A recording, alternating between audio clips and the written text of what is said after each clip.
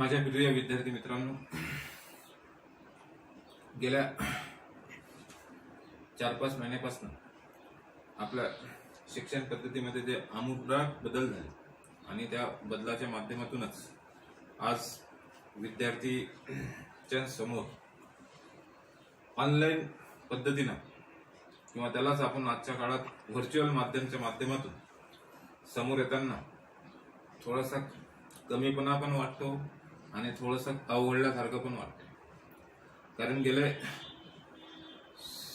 18-20 वर्ष जे एक फिजिकल पद्धतीनं जे शिक्षण पद्धती होती किंवा ऑफलाईन शिक्षण पद्धती होती आणि त्या ऑफलाईन शिक्षण पद्धतीमध्ये ब्लॅकबोर्ड आणि खडू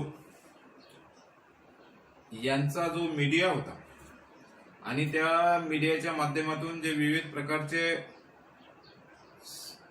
वेव्ज होते, स्पीच होते आणि जे बॉडी लँग्वेज होती आणि याच्यासोबतच आईज टू आईज विद्यार्थ्यांचा कॉन्टॅक्ट होता आणि पाहिजे त्यावेळेस कुठल्याही पद्धतीचा विद्यार्थी त्यामध्ये हँड रेस करून किंवा इंटरप्टेड करून तो मागील वर्डच्या बद्दल किंवा मागील जे काही स्टेटमेंट असेल, कोटेशन असेल, त्या संदर्भात तो संबंधित शिक्षकाला त्या ठिकाणी प्रश्न उपस्थित करू शकत होता किंवा अंडरस्टँडिंग करत असताना side by side teaching learning होत असताना विद्यार्थ्यांच्या मध्ये जे अंडरस्टँडिंग होत होतं त्या पर्टिक्युलर विषयाचं, त्याचं अंडरस्टँडिंग होत असतानाच त्याला जर काही शंका असतील, निरसन त्या शंकेचं निरसन करण्यासाठी तो त्या संबंधित वर्गामधील शिक्षकाला इंटरप्टेड करून तशा पद्धतीचे प्रश्न उपस्थित करून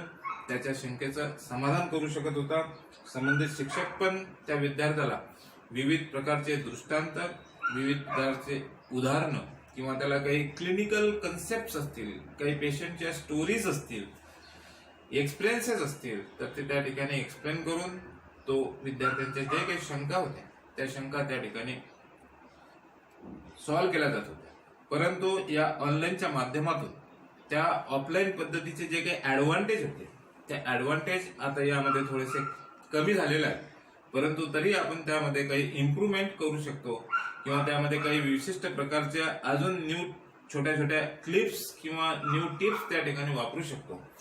बऱ्याच वेळा आता सुरुवातीला ज्यावेळेस ऑनलाईन टीचिंग आपल्याला करायची होती, आतापर्यंत आपण बऱ्याचशा ऑनलाईन व्हिडिओ कॉन्फरन्सिंगच्या माध्यमातून असेल किंवा आपल्या फोन टू फ्रेंड असेल, फोन टू रिलेटिव्ह असेल, फोन टू टीचर असेल, पर्सनल व्यक्तिगत ऍक्टिव्हिटीजसाठी किंवा काही व्यक्तिगत मार्गदर्शनासाठी असेल किंवा फोन टू मेंटॉर असेल, एक्सपर्ट्स असतील, नाही आपल्या संबंधित कॉलेजचा तर इतर शिक्षकांच्या इतर महाविद्यालयातील शिक्षकांसोबत एक फोनच्या माध्यमातून जे इंटरॅक्शन केले जात होते त्यामध्ये जो मोकळेपणा असायचा तशा पद्धतीचा मोकळेपणा या वेबिनार टीचिंग म्हणून जे सुरुवातीच्या 2 महिन्यामध्ये निर्माण झाली किंवा जे वापरल्या गेली त्यामध्ये बरेचसे विद्यार्थ्यांच्या पण शंका त्या ठिकाणी निरसन होत नव्हत्या आणि त्या वेबिनारमध्ये एक टीचिंग केल्याचं किंवा टीचिंगच्या बाबतीतचं असं एक त्या ठिकाणी सॅटिस्फिकेशन नव्हतं. त्याच्यामध्ये वेबिनारमध्ये एक स्पीचच्या बद्दलचं सॅटिस्फिकेशन होतं परंतु टीचिंगच्या बद्दलचं सॅटिस्फिकेशन त्याच्यामध्ये नव्हतं. कारण त्याच्यामध्ये बऱ्याच वेळा आईज कॉन्टॅक्ट, बॉडी लँग्वेज आणि काही त्याच्यामध्ये डाऊट्स असतील तर ते doubts directly at the time of doubts अशा पद्धतीचे हँडरेस किंवा क्वेश्चन्स त्या ठिकाणी उपस्थित केल्या जाऊ शकत नव्हते. या ड्रॉबॅक सोबतच आता हे टीचिंगची ऑनलाईन टीचिंगचा एक मॉड्यूल्स आहे आणि या मॉड्यूल्सला आपण असं एक रेकॉर्डिंग मॉड्यूल्स आणि त्या रेकॉर्डिंग मॉड्यूल्स मध्ये एक युट्यूबवर आपल्याला लिंक तयार करून युट्यूबवर हे आपलं लेक्चर आपल्याला रिपीटेडली त्या ठिकाणी पाहता येऊ शकते.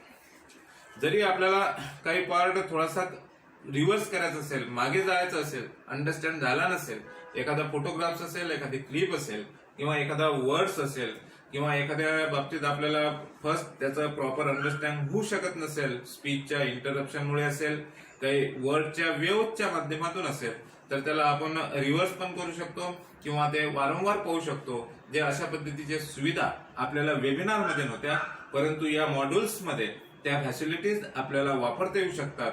आणि म्हणूनच बऱ्याचशा विद्यार्थ्यांचं इतर महाविद्यालयातील शिक्षक असतील, जनरल प्रॅक्टिशनर असतील, UG आणि PGचे आयुर्वेद क्षेत्रातील विद्यार्थी असतील किंवा सामान्य पेशंट्स असतील, गेले 2-3 महिने झाले मी या वेबिनार मध्ये बरेचसे ठिकाणी प्रेझेंटेशन केलं, परंतु त्याच्यामधून ह्याच पद्धतीचे सजेशन्स आले की सर वेबिनार मध्ये बऱ्याचशा त्या ठिकाणी आपल्याला अनसॅटिस्फाईड हे आहेत, अंडरस्टँडिंग आहे, आणि ते अंडरस्टँडिंग आपल्याला सॅटिस्फाय करण्यासाठी जर आपण अशा पद्धतीचे रेकॉर्डिंग करून युट्यूबवर जर का त्या अपलोड केल्या किंवा त्याच्या लिंक जर का त्या संबंधित वर्गाला, मग टीचर असतील, स्टुडंट्स असतील, पेशंट्स असतील किंवा सामान्य लोक असतील, यांच्यामध्ये जर का त्या शेअर झाल्या, युट्यूबच्या माध्यमातून असतील, व्हॉट्सअपच्या माध्यमातून असतील, फेसबुकच्या माध्यमातून असतील, किंवा त्याच्यामध्ये एखादं आपण विविध प्रकारच्या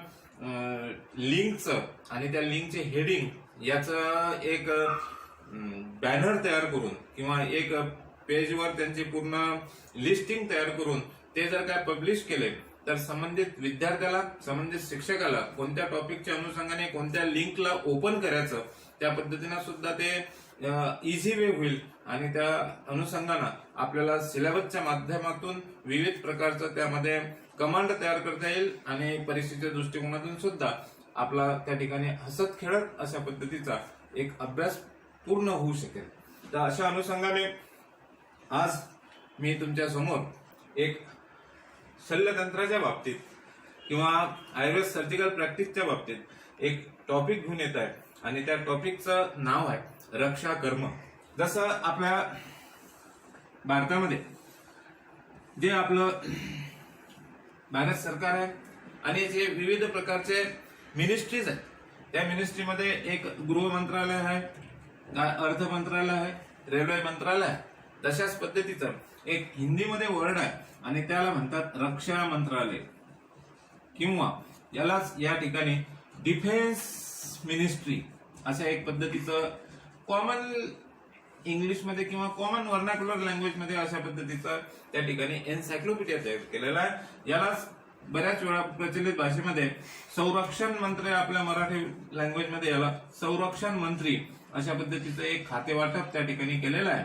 आणि यांचं कार्य काय आहे तर आपल्या भारतीय लोकांचं आपल्या मॅपमध्ये जे काही रिजन आहे त्या रिजनचं पूर्ण इतर आउटस्टँडिंग लोकांच्या माध्यमातून किंवा काही ऍक्टिव्हिटीजच्या माध्यमातून डिफेन्स करणे, संरक्षण करणे, प्रिव्हेन्शन करणे, आक्रमणाला प्रिव्हेंट करणे अशा पद्धतीचं कार्य या ठिकाणी संरक्षण मंत्रालयाच्या माध्यमातून, डिफेन्स मिनिस्ट्रीच्या माध्यमातून घडून येते. आणि याच पद्धतीच्या कार्यालयाला रक्षा मंत्रालय किंवा रक्षण अशा पद्धतीचं कार्य संबोधित केलं जाते. रक्षण म्हणजे आज आपण जे कोविड-19 या व्हायरल इन्फेक्शनच्या माध्यमातून गेले 6 महिने झाले, त्यामध्ये विविध प्रकारचे मास्क, माउथ कव्हरिंग, त्याचसोबत विविध प्रकारचे सॅनिटायझर अशा पद्धतीचा वापर करतो. आणि हे जे दोन्ही मॉड्यूल्स आहेत, हे मॉड्यूल्स काय करतात तर आपल्याला कोरोना व्हायरस पासून एक संरक्षण प्राप्त करून देतात, आपलं रक्षण करतात. अशाच पद्धतीनं या संरक्षण किंवा रक्षा या शब्दाच्या माध्यमातून शल्यतंत्राच्या आपल्या सुश्रुत सूत्रस्थानाच्या 5व्या अग्रउपनीय अध्यायामध्ये या रक्षा कर्माबद्दल इम्पॉर्टन्स किंवा त्या ठिकाणी एक्सप्लेनेशन केलेलं आहे. आणि ते एक्सप्लेनेशन वर्णन करताना त्याचा अपलेट काय आहे तर हे अशा पद्धतीचं संरक्षण कशासाठी पाहिजे तर आपल्या शल्यतंत्रामध्ये जे प्रधान कर्म सांगितलेलं आहे त्या प्रधान कर्मामध्ये जे काही आपल्याला अष्टविध शस्त्रकर्माचे आहेत, अष्टविध शस्त्रकर्म करायचे आहेत, जसे छेदन, भेदन, लेखन, वेदन, ऐशन, आहरण, विस्त्रावन, सीवन अशा पद्धतीचे हे शस्त्रकर्म करत असताना आपल्याला त्या ठिकाणी विविध प्रकारचे इन्फेक्शनचे सोर्सेस असतात. हे इन्फेक्शनचे सोर्सेस प्रिव्हेंट करायचे असतात आणि हे सोर्सेस आपल्याला ज्या पद्धतीनं प्रिव्हेंट करायचे असतात त्या पद्धतीला आपल्या शल्यतंत्राच्या लँग्वेजमध्ये, आयुर्वेदिक टर्मिनॉलॉजीमध्ये रक्षा कर्म असे संबोधित करतात. तर मॉडर्नच्या आधुनिक मराठी भाषेमध्ये याला निर्जंतुकीकरण म्हणतात आणि मॉडर्न टर्मिनॉलॉजी मध्ये याला स्टरिलायझेशन अशा पद्धतीचा हा एक शब्द मेन्शन केलेला आहे. तर आज परीक्षेच्या दृष्टिकोनातून आपल्याला स्टरिलायझेशन अशा पद्धतीचे एक शॉर्ट नोट या ठिकाणी मेन्शन केले जाऊ शकते किंवा त्याला रक्षाकर्म अशा पद्धतीच्या शब्दाने सुद्धा विचारले जाऊ शकते. त्याच अनुषंगाने definition of sterilization, types of sterilization, indication, contra indication and its procedure for operation theatre or its procedure for instruments अशा पद्धतीचं आपल्याला 15 मार्काचा सुद्धा क्वेश्चन या ठिकाणी येऊ शकते. आणि म्हणून हे रक्षाकर्म किंवा निर्जंतुकीकरण किंवा स्टरिलायझेशन नावाचा हा जो टॉपिक आहे, हा टॉपिक परीक्षेच्या दृष्टिकोनातून जेवढा महत्वाचा आहे, मग शॉर्ट नोट असेल 5 मार्काची किंवा लॉंग क्वेश्चन असेल 15 मार्काचा, त्याच अनुषंगानं हे स्टरिलायझेशन चॅप्टर सर्जरीसाठी हे एक बॅकबोन म्हणून या ठिकाणी संबोधित केलं जाते. बॅकबोन मला या ठिकाणी अशासाठी म्हणायचं, जर का स्टरिलायझेशन या ठिकाणी प्रॉपर नसेल तर त्या सर्जरीचे जे आउटकम्स आहेत किंवा रिझल्ट्स आहेत, ते रिझल्ट्स त्या ठिकाणी खूपच कमी किंवा त्या ठिकाणी विविध प्रकारचे कॉम्प्लिकेशन्स त्या ठिकाणी दिसायला लागतात. मग अशा पद्धतीचे कॉम्प्लिकेशन्स, उपद्रव जर का आपल्याला कमी करायचे असतील तर त्यासाठी या सर्जरीचा जो एक बॅकबोन आहे किंवा ज्याला स्पाइन म्हणू शकतो आपण, तो स्पाइन आहे रक्षाकर्म, निर्जंतुकीकरण किंवा स्टरिलायझेशन. याचं प्रॉपरली आपल्याला ऑब्झर्वेशन करावं लागेल. जसं आजच्या काळामध्ये जर का आपल्याला कोरोना सारखे इन्फेक्शन प्रिव्हेंट करायचे असतील तर गेल्या 6 महिन्यापासून वर्ल्ड हेल्थ ऑर्गनायझेशन, जागतिक आरोग्य संघटना आपल्याला वारंवार अशाच पद्धतीच्या सूचना करते की सर्वसामान्य लोकांनी कॅप, मास्क, हँड सॅनिटायझर किंवा जे मेडिकल प्रोफेशनलचे लोक आहेत त्यांनी पीपीई किट अशा पद्धतीच्या वेअर करूनच त्या ठिकाणी आपलं स्वतःचं प्रोटेक्शन करावं. तशाच पद्धतीनं आपल्याला जर काय सर्जिकल प्रॅक्टिसमध्ये जर काय पेशंटचं, इन्स्ट्रुमेंटचं, ऑपरेशन थिएटरचं किंवा वॉर्ड्स आणि त्याचसोबत पॅरामेडिकल स्टॉफ यांचं जर काय आपल्याला प्रिकॉशन करायचं असेल, प्रिव्हेन्शन करायचं असेल वेगवेगळ्या इन्फेक्शनच्या माध्यमातून, तर त्यासाठी आपल्याला प्रॉपरली स्टरिलायझेशन, रक्षाकर्म किंवा निर्जंतुकीकरण अशा या प्रोसिजरला फॉलो केलं पाहिजे किंवा त्यांचे जे बेसिक प्रिन्सिपल्स आहेत ते बेसिक प्रिन्सिपल या ठिकाणी अंडरस्टँड करून घेतले पाहिजे. तर सर्वप्रथम या चॅप्टरच्या डिटेलमध्ये जाण्याआधी काही एन्सायक्लोपीडिया, काही शब्दाची आपल्याला माहिती असावी, त्या अनुषंगाने मी त्याला फोकस करतो. आणि ते शब्द म्हणजे कोण, की जसं आज बऱ्याच वेळा आपण सर्वसामान्यतः विविध प्रकारच्या सोशल मीडियाच्या माध्यमातून किंवा न्यूजपेपरच्या माध्यमातून कॉन्स्टंटली सतत ऐकत असतो की या ठिकाणी अशा पद्धतीचं डिसइन्फेक्टंट वापरण्यात आलं किंवा डिसइन्फेक्शन करण्यात आलं. जसं पावसाळ्याच्या दिवसात मलेरिया संबंधित विविध प्रकारचे फोक्स या ठिकाणी जे वापरल्या जातात आणि त्यासाठी विविध प्रकारचे डिसइन्फेक्टंट वापरल्या जातात. जे औषधी द्रव्य डिसइन्फेक्शन म्हणजे इन्फेक्शनला कमी करण्याचं कार्य करतात, त्या औषधी द्रव्यांना आपण डिसइन्फेक्टंट असे संबोधित करतो. परंतु जे औषधी द्रव्य डिसइन्फेक्शन करतात म्हणजे नेमकं काय करतात, तर आपल्याला सर्वप्रथम डिसइन्फेक्शन या शब्दाचा एन्सायक्लोपीडिया किंवा त्याचा अचूक असा पद्धतीचा अर्थ काय आहे हे समजून घेतलं पाहिजे. जेणेकरून याच्या आधी आपल्याजवळ एक शब्द आला होता आणि तो शब्द म्हणजे स्टरिलायझेशन. स्टरिलायझेशन म्हणजे काय, तर याचा सुद्धा आपल्याला या ठिकाणी अर्थ समजून घेतला पाहिजे. म्हणजे आत्ताच्या कंडिशनला आपल्याकडे सध्या 2 शब्द आहेत, एक स्टरिलायझेशन आणि दुसरा डिसइन्फेक्शन. परंतु आपल्या सिलेबसच्या दृष्टिकोनातून किंवा आपल्या आयुर्वेदाच्या दृष्टिकोनातून या दोन्ही शब्दांना आपला एकच शब्द हा त्या ठिकाणी एक्सप्लेन केलेला आहे किंवा कोरिलेटेड केलेला आहे आणि तो शब्द म्हणजे रक्षाकर्म किंवा निर्जंतुकीकरण. आता स्टरिलायझेशन म्हणजे काय, तर it is a process freeing of an organism or killing of the organism of any object, whether it may be living or non-living, is known as sterilization. What do you mean by disinfection? It is also process of freeing of an article from living or non-living media is known as disinfection. दोन्ही याची definition up to the certain level सारखंच आहे. आणि ते म्हणजे काय, ते एखादा कुठलाही लिव्हिंग मीडिया असो की नॉन लिव्हिंग मीडिया असो, त्याला मायक्रो ऑर्गॅनिझम पासून काय करायचं, फ्री करायचं. फ्री करताना एक तर रिमूव्ह करायचं किंवा किल करायचं मायक्रो ऑर्गॅनिझमला. अशा पद्धतीच्या या डेफिनेशनच्या माध्यमातून स्टरलायझेशन आणि डिसइन्फेक्शन होतो. परंतु त्याच्या पुढे सर्वात महत्वाचा फरक असा आहे की ज्या वेळेस फ्रीइंग ऑफ मायक्रो ऑर्गॅनिझम और रिमूव्हिंग ऑफ मायक्रो ऑर्गॅनिझम, हे ज्या वेळेस मायक्रो ऑर्गॅनिझमच्या दोन प्रकारच्या स्टेजेस असतात. जसं त्याच्यामध्ये एक स्पोर स्टेज आहे आणि दुसरी व्हिजिटेटिव्ह स्टेट आहे. स्पोर स्टेट म्हणजे ज्यांच्यामध्ये असे अंडे असतात किंवा झायगोट्स फॉर्म मध्ये असतात. व्हिजिटेटिव्ह म्हणजे ज्यांच्यामध्ये व्यक्त स्वरूपात मायक्रो ऑर्गॅनिझम हा फुल्ली डेव्हलप झाला किंवा त्याच्यामध्ये रिप्लिकेशन नावाचे अशा पद्धतीचे फॉर्म्स त्या ठिकाणी असतात, त्याला म्हणू आपण व्हिजिटेटिव्ह स्टेट. म्हणजे जो फुल्ली डेव्हलप मायक्रो ऑर्गॅनिझम आहे त्याला व्हिजिटेटिव्ह स्टेट म्हणू, आणि जो नॉन डेव्हलप आहे, जो एकदम अंकुरा अवस्थेत बीजा अवस्थेत आहे, त्याला स्पोर स्टेट म्हणू. तर removing of micro organism of freeing of micro organism by removing or killing from any article living or non living act on the both the state, spores as well as vegetative, then it is known as sterilization. When it acts only on a vegetative state, then it is known as disinfectant. That means disinfection process does not act on the spore state of microorganism. It only act on the vegetative state of microorganism. That is the actual difference between sterilization and disinfection. Disinfection मुख्यतः आपण आपल्या घरगुती वापरात किंवा विविध प्रकारचे आजकालचे malls आहेत किंवा विविध प्रकारचे हॉटेल्स आहेत किंवा बऱ्याच वेळा यात्रेच्या ठिकाणी ज्या वेळेस मलाचं विल्हेवाट डिस्पोजेबल व्यवस्थित त्या ठिकाणी करायचं असते, तर त्यावेळेस बरेचसे बीएससी पावडर असेल किंवा कार्बोलिक ऍसिड, फिनॉल असेल, आपलं डे टू डे प्रॅक्टिसमध्ये घरगुती वापरामध्ये आपण कार्बोलिक ऍसिड फिनॉलचा वापर करतो. ते phenol is also known as disinfectant and that process known as disinfection.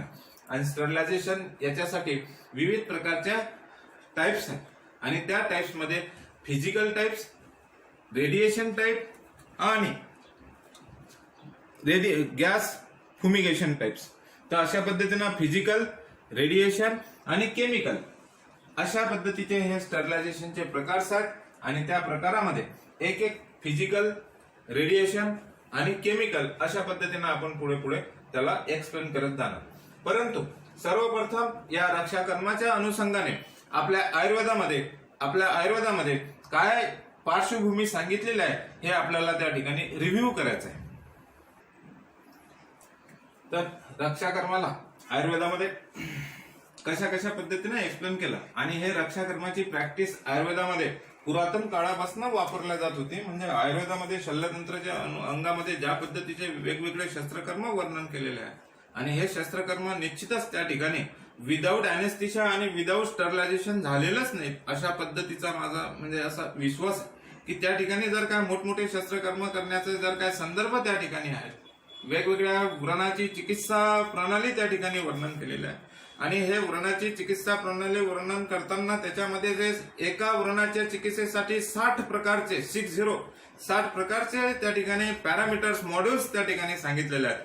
आणि त्या 60 चिकित्सा पद्धतीच्या प्रणालीमध्ये एक अंतिम शेवटचा परत त्या ठिकाणी त्याने रक्षाकर्म हा एक वर्णन सांगितलेला आहे. म्हणजे रक्षाकर्म हा या ठिकाणी शल्यतंत्र प्रॅक्टिस मध्ये एवढा त्या ठिकाणी महत्वपूर्ण आहे. फक्त शल्यतंत्राच्याच प्रॅक्टिस मध्ये नाही तर मेडिकल प्रॅक्टिस मधले जे काही ब्रांचेस आहेत, मग ते मेडिसिनची ब्रांच असेल, गायनॅकची ब्रांच असेल किंवा फार्माकोलॉजीची ब्रांच असेल, कुठलीही ब्रांच असेल, तर त्या सर्व ब्रांच मध्ये त्या ठिकाणी एक रक्षाकर्म करणं हे एक त्या ठिकाणी अलिखित एक इथिक्स किंवा मॉरल झालेला हा एक नियम झालेला, रेग्युलेशन झालेला आहे की आज सुद्धा कुठल्याही प्रकारचे कोरोनाच्या बाबतीत असेल किंवा इतर कुठल्याही बँकिंग क्षेत्रामध्ये जरी गेले तरी कॅश रिसिव्ह करताना ग्लोव्ह घालून त्या ठिकाणी ते कॅश रिसिव्ह करतात.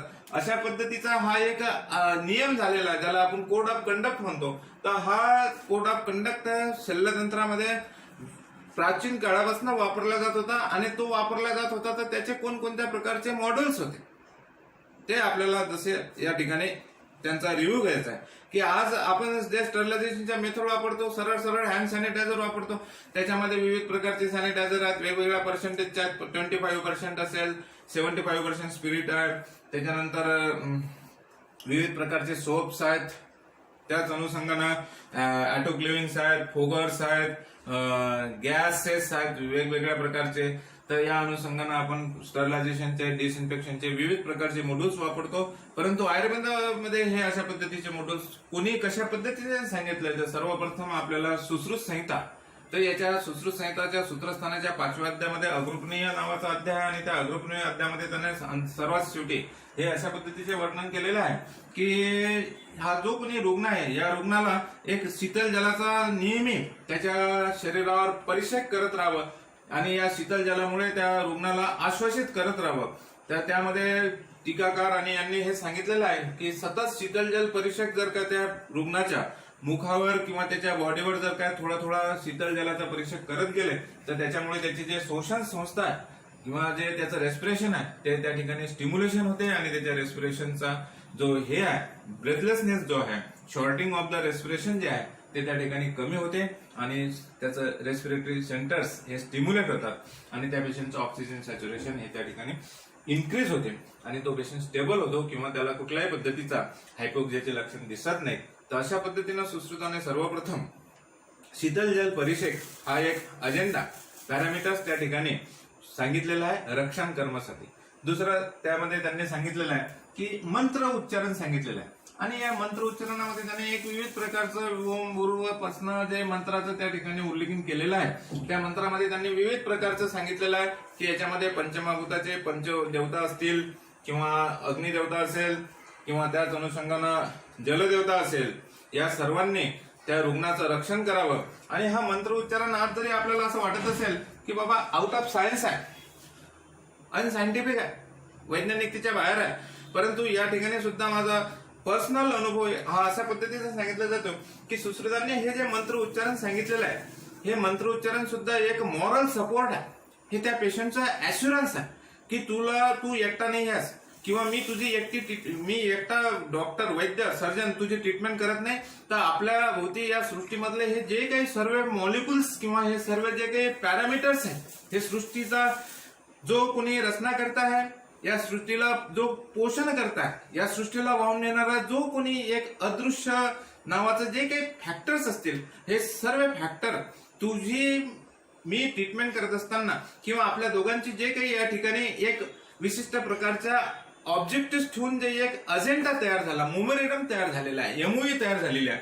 या एमओयूला साक्षीदार कोण तर या मंत्रामधले हे जे काही देवदेवता त्या ठिकाणी सुश्रुताने वर्णन केलेलं आहे यांचं उच्चारण करून पेशंट आणि डॉक्टर यांचं एक रिलेशन त्या ठिकाणी कसं घट्ट किंवा पक्क बॉन्ड त्या ठिकाणी एक जो तयार होणार आहे त्या बॉन्डला साक्षीदार कोण, प्रॉमिसेस कोण, त्याच्यासाठी हे या मंत्रामधील सर्व देवताचं वर्णन केलेलं आहे असं माझं स्वतःचं व्यक्तिगत मत आहे.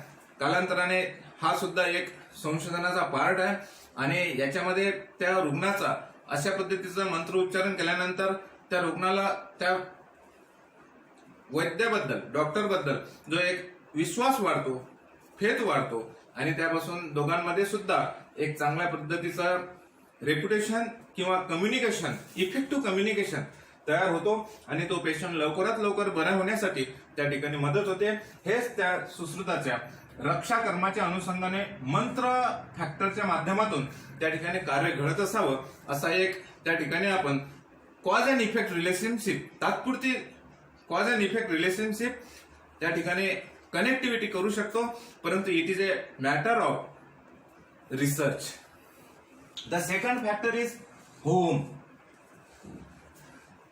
ज्या वेळेस जुन्या काळात विविध प्रकारचे असे अँटीबायोटिकचा शोधन होता त्यावेळेस सुद्धा अशा पद्धतीचे महामारी याच्या, देवीचे रोग याचे, प्लेगचे रोग होते किंवा गॅस्ट्रोचे आजार होते, वेगवेगळ्या पद्धतीचे व्हायरल, बॅक्टेरियल असे पूर्ण गावचे गाव त्या ठिकाणी आजारी पडायचे.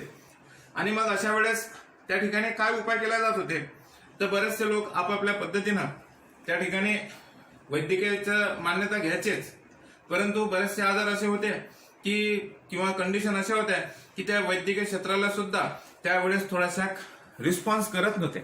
आणि मग त्यावेळेस लोकांमध्ये जो एक दैविक शक्तीचा जो एक प्रभाव होता किंवा जे एक अदृश्य शक्तीचा प्रभाव होता, त्या अदृश्य शक्तीजवळ बरेचसे सामान्य लोक जायचे आणि आपलं जे काही घराणं असेल त्या ठिकाणी त्यांचे जे काही प्रॉब्लेम्स असतील ते प्रॉब्लेम त्या ठिकाणी ते पुटअप करायचे आणि सांगायचे की आमच्या गावातलं हे जे काही आजार असेल किंवा आमच्या घरातला हा जो कुटुंबातला जो काही आजार आहे, हा आजार जर काय दूर केला तर आम्ही अशा पद्धतीचा त्या ठिकाणी होम करू, यज्ञ करू आणि इतक्या लोकांचा त्या ठिकाणी प्रसाद करू. अशा पद्धतीचं होम यज्ञ हे त्या ठिकाणी मेथोडॉलॉजीज वापरल्या जात होत्या. आणि याच्यामध्ये सायंटिफिक होम यज्ञामध्ये सायंटिफिक मेकॅनिझम आजच्या काळात काय दिसते, तर त्या ठिकाणी एक असा कुंड तयार केला जात होता.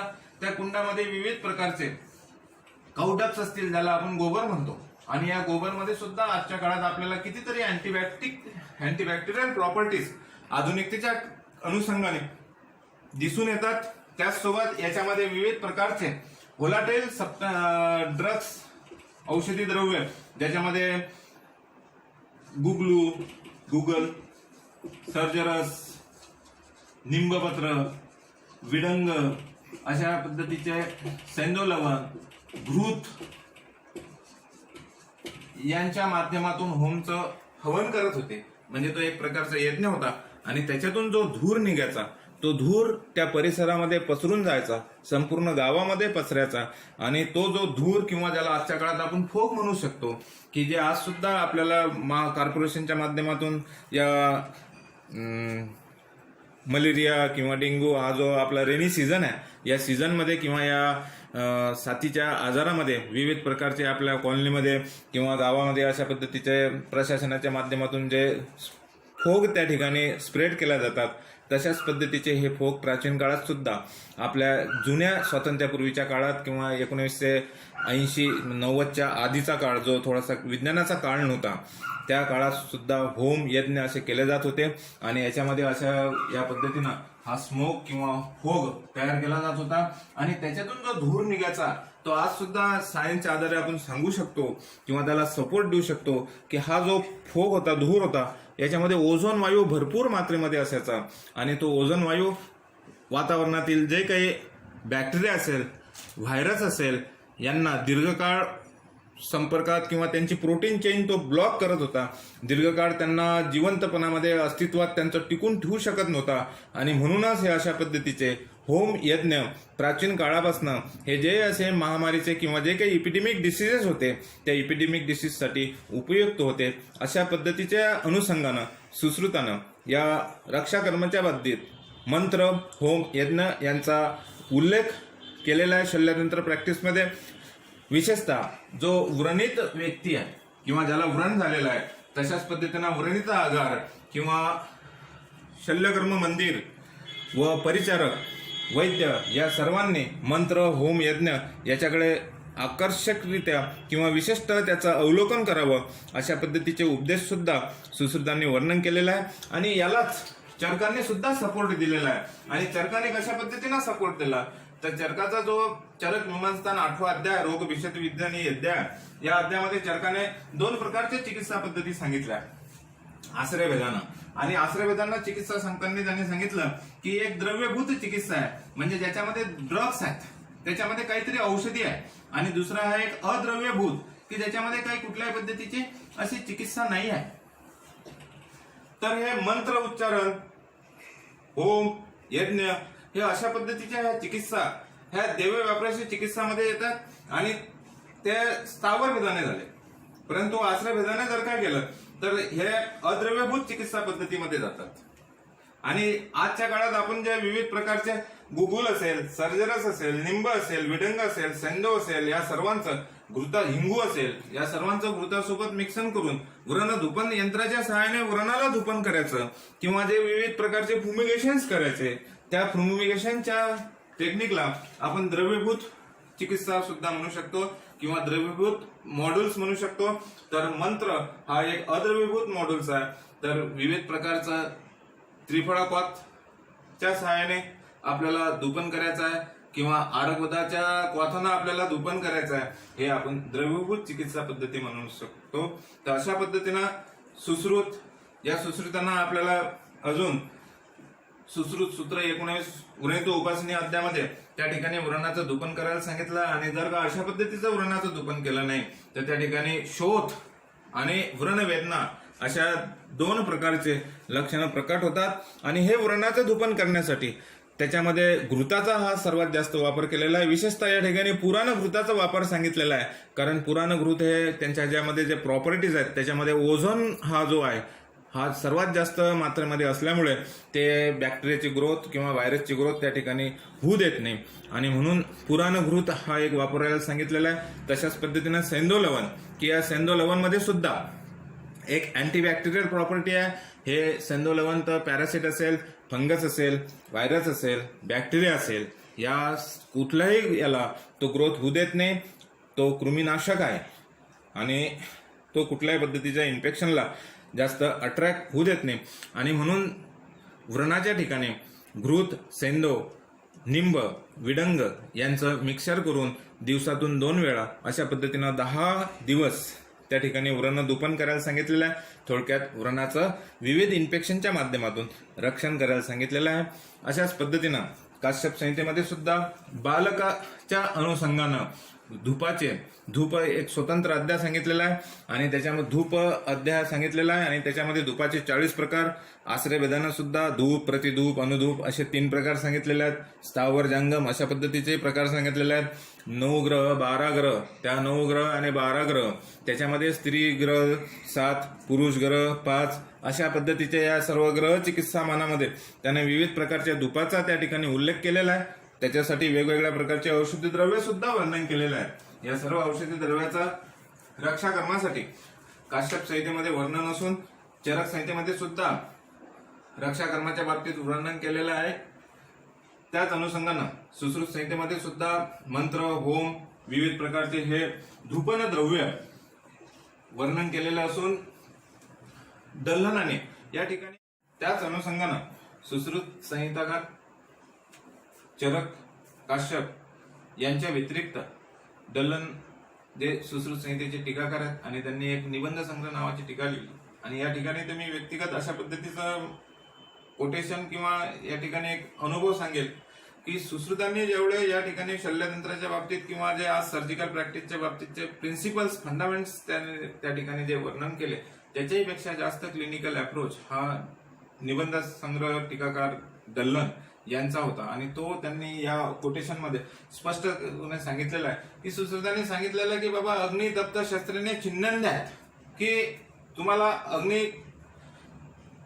जे काही छेदन, भेदन, वेदन, ऐशन, आवरण, विस्तरण, शिवण कर्म, अष्टविध शस्त्र कर्म करायचे आहेत किंवा कुठल्याही पद्धतीची प्रोसिजर करायची आहे, ते प्रोसिजर जर का तुम्हाला करायचे असेल शल्यतंत्राच्या ज्या चिकित्सा पद्धती आहेत त्याच्यामध्ये यंत्र, शस्त्र, क्षार, अग्नी ह्या ज्या काही चिकित्सा पद्धती आहेत, ह्या चिकित्सा पद्धती करत असताना त्याच्यासाठी वापरण्यात येणारे जे काही इन्स्ट्रुमेंट्स असतील, यंत्र असतील, शस्त्र असतील, ते तुम्हाला अग्नीला तप्त करून वापरण्याचे आहेत. याचा अर्थ की आज सुद्धा आपण स्टरलायझेशन मध्ये जे फिजिकल मेथड पाहतोय त्या फिजिकल मेथड मध्ये जे हिटिंग ऑफ द इन्स्ट्रुमेंट अशा पद्धतीचं चॅप्टर त्या ठिकाणी एक्सप्लेन केलेलं आहे. त्याच चॅप्टर सोबत आपण कोरिलेट करू शकतो की अग्नितप्त शस्त्रेने छिन्नन द्या, हे सुश्रुताने कोटेशन सांगितलंय. परंतु दल्हन टीकाकारांनी या ठिकाणी सांगितलं की अग्नितप्त छिन्नन द्या, अन्यथा पाकम भव संभवती, की आपल्याला त्या ठिकाणी प्युट्रिफिकेशन तयार होतो, पाक तयार होतो. जर काय अग्निना तप्त शस्त्र अशा पद्धतीच्या इन्स्ट्रुमेंटच्या सहाय्याने जर काय प्रोसिजर केल्या गेली नाही तर त्या ठिकाणी प्युट्रिफिकेशन किंवा इन्फेक्शन, सेकंडरी इन्फेक्शन होण्याचे संधी किंवा चान्सेस त्या ठिकाणी जास्त आहेत, संशय आहे.